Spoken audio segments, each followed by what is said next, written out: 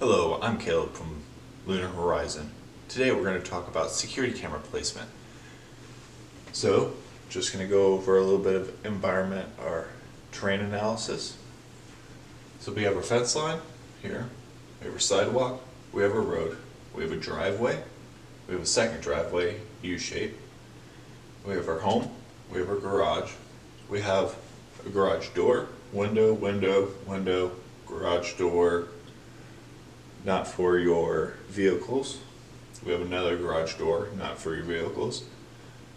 Big glass pane window, door, window, window, window, door, and let's make this a little bit bigger. It's a sliding door.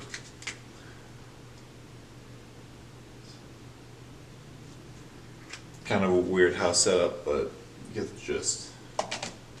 So, then what we have over here is for our assets.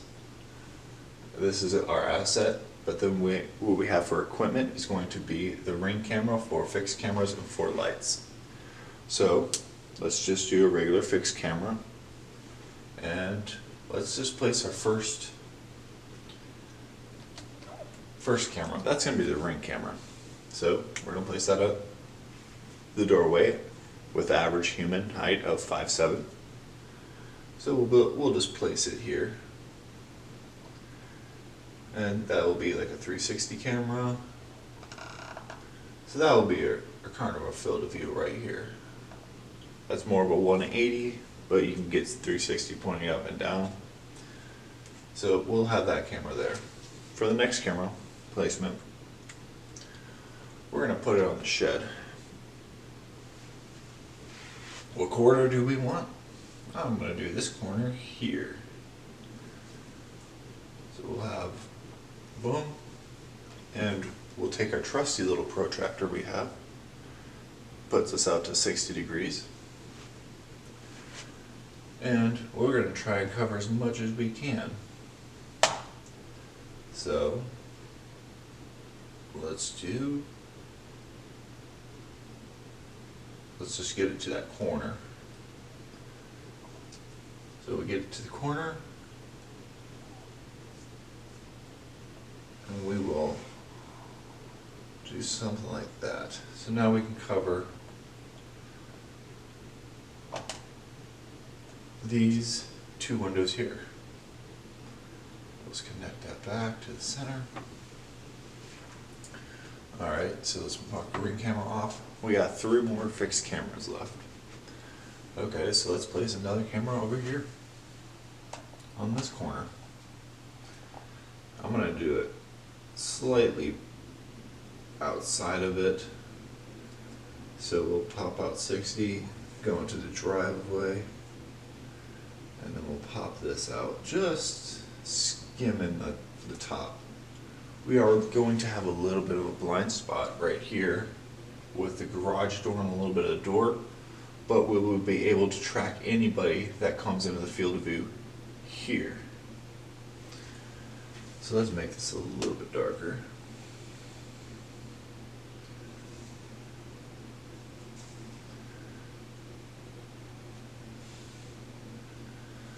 So that's where we have another camera. And then we got 2 more cameras, so let's think about another placement.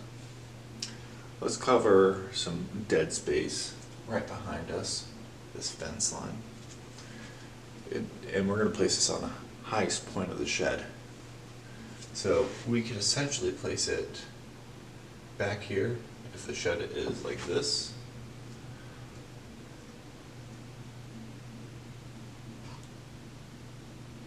Kind of weird. We'll place it right there on the shed. And then so we'll kind of have it focused out here. Kind of at a little bit of an angle. So that means we can kind of cover it like so. See anybody that pops over the edge. Depending who you have on the other side, if you have neighbors. If you have neighbors on the other side, that might not be the best bet, but what we could do is we could just simply change it, put it on the corner of the house, or the edge of the house, or the shed right here, pointing out. And we have all this coverage like that. So let's put it on the side of the house.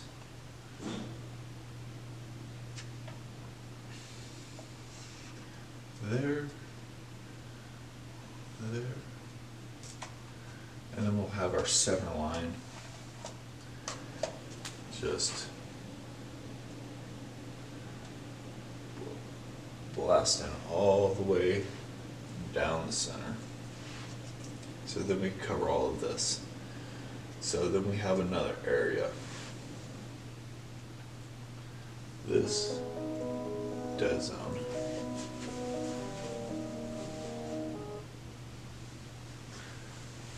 Sorry about that. So we have this little bit of dead zone here. And so we placed 1, 2, and 3 cameras. So, and 4th for the ring camera.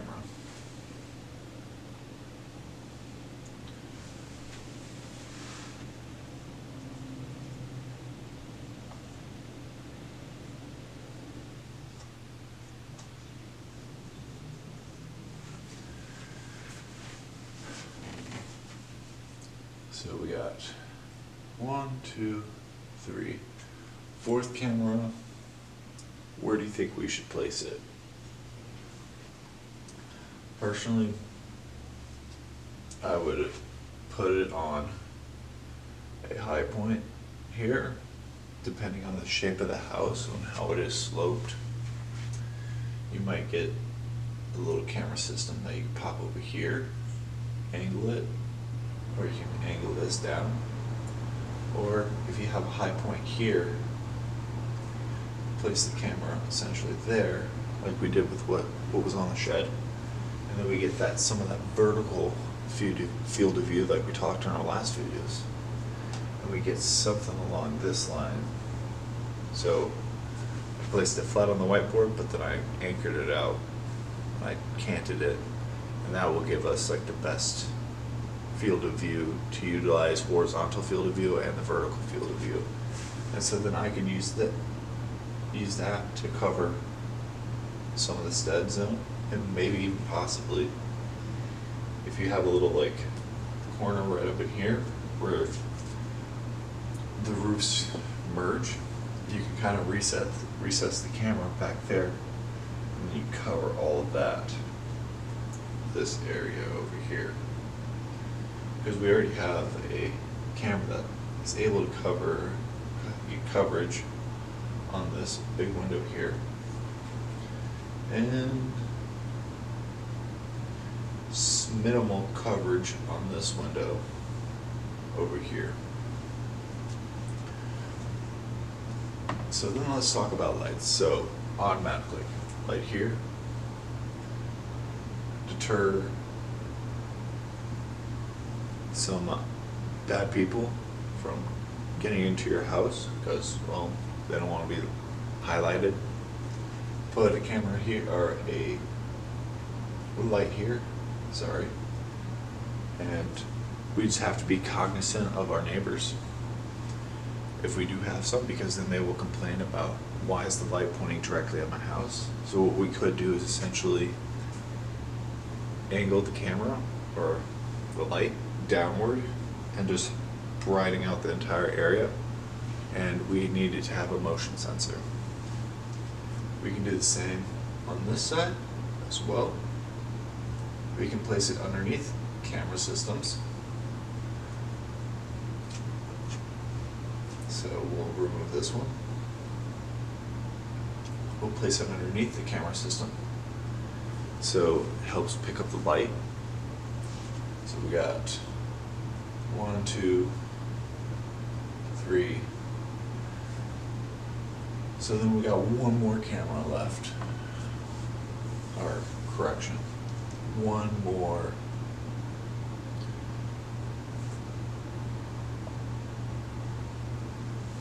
One more light left. No, we don't. Light, light, light, light. Never mind, I stand corrected. Lights are pretty cheap. You can get some floodlights for about $50. Costco, get a 4-pack of them. Maybe that might be like $125. I haven't checked the prices in a long time. That's pretty simple. Thank you for your time. Be safe out there.